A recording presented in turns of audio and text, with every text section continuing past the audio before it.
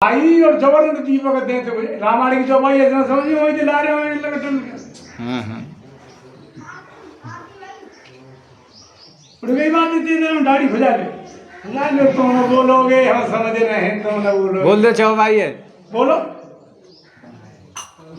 इंद्री द्वार झरोका नाना और बैठे वहां कर कर थाना और भैसा प्यारे जब आवत भाई और जबरन दीपक देत बुझाई जापे जब होए बुद्ध से आनी बुद्धि से यानी काम करते हुआ जगह पे जाए हो जब बुद्ध से यानी और कोई पंडित और कोई ज्ञानी है पंडित तो वही है जो पंडा बुद्धि है वो पंडित आप तुम जानते हो पंडित जी ने की तो बनते से ठीक है बोल वृंदावन बिहारी लाल की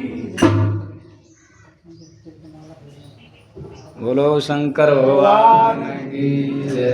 अच्छा एक बात याद आ गई बाबा ने जो बात कही है उन पर कि हम ब्राह्मण को क्यों भोजन कराते हैं और संत को क्यों भोजन कराते हैं श्राद्ध में। इसमें शास्त्र का प्रमाण देना पड़ेगा, ऐसे तो अपनी तरफ से कोई बात नहीं कह सकते हम। ब्राह्मण संत और यति और पतिव्रता स्त्री इस जगत को ये धर्म के खम्भे हैं, इस जगत को ये थामे हुए हैं अपनी तपस्या के बल से।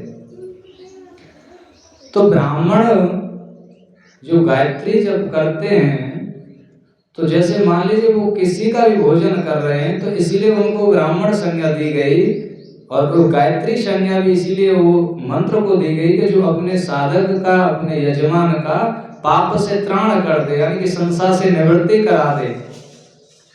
इसलिए उनको भोजन करा करके सीधे सीधे हम जिसके निमित्त से हम उसको भोजन करा रहे हैं तो उसे ही भोजन कराने का फल हमको मिल जाता है। ये ब्राह्मण की सामर्थ्य है, ये सन्यासी की सामर्थ्य है कि हम किसी भी देवी देवता का रूप समझकर उसे भोजन कराएंगे या दान देंगे या कुछ भी देंगे तो हम उस देवी और देवता की शांति संतुष्टि पा सकते हैं, उसकी प्रसन्नता पा सकते हैं।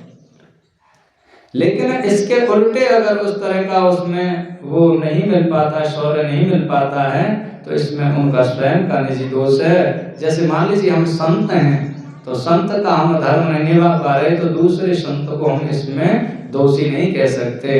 इसी तरह कोई ब्राह्मण तत्व से विहीन है तो उसमें किसी का कोई दोष नहीं, दूसरे ब्राह्मण को दोषी इसमें नहीं कह सकते। इसमें ब्राह्मण की इसीलिए कहिए पवित्रता को उनके पास तपस्या होती है।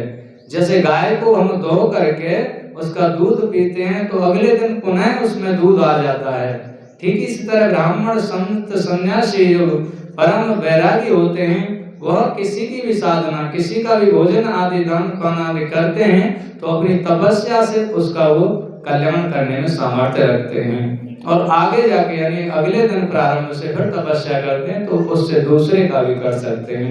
ऐसा शास्त्र में वर्णन आता है पीछे उसमें। तो दूसरी बात यह है कि जो श्रद्धा से सहित हैं और भगवान में ईश्वर में मति रखने वाले हैं और कर्म पवित्र करने वाले हैं, चाहे वो कोई भी हो वो भगवान के प्रिय हो जाते हैं। तो कलिकाल में तो इतनी ही महिमा कथा कहती हैं कि चाहे जो कोई भी है वो मेरा प्रिय, भगवान कहते हैं सब मेरे हैं मैं सबका हूँ, लेकिन जो मेरा बन जाए वास्तविक मैं उसका हूँ। कहते हैं कि न भूलिए धन औलाद पाकर मन में कभी तुम भूलिए, और जिस परम पिता परमात्मा ने जन्म दिया है उसको कभी न भूलिए। और माया तो माँ ठगनी है, ठग कर एक दिन तुम्हें ले जाएगी, और माया की बात तुमसे क्या करेंगे, काया भी शमशान में ले जाकर जला दी जाएगी। कमाई धन दौलत हमारी हमारे काम न आएगी, और प्यारे जिस दिन तेरी अंत घड़ी आएगी उस दिन तेरी सोनी सेज केवल नजर आएगी। साथ कोई नहीं होगा, अकेला सोना, अकेला हो जाएगा वो आखिर में।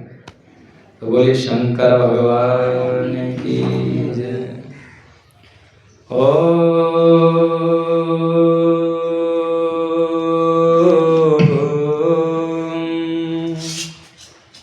श्री शिवाय नमस्तुभ्यं।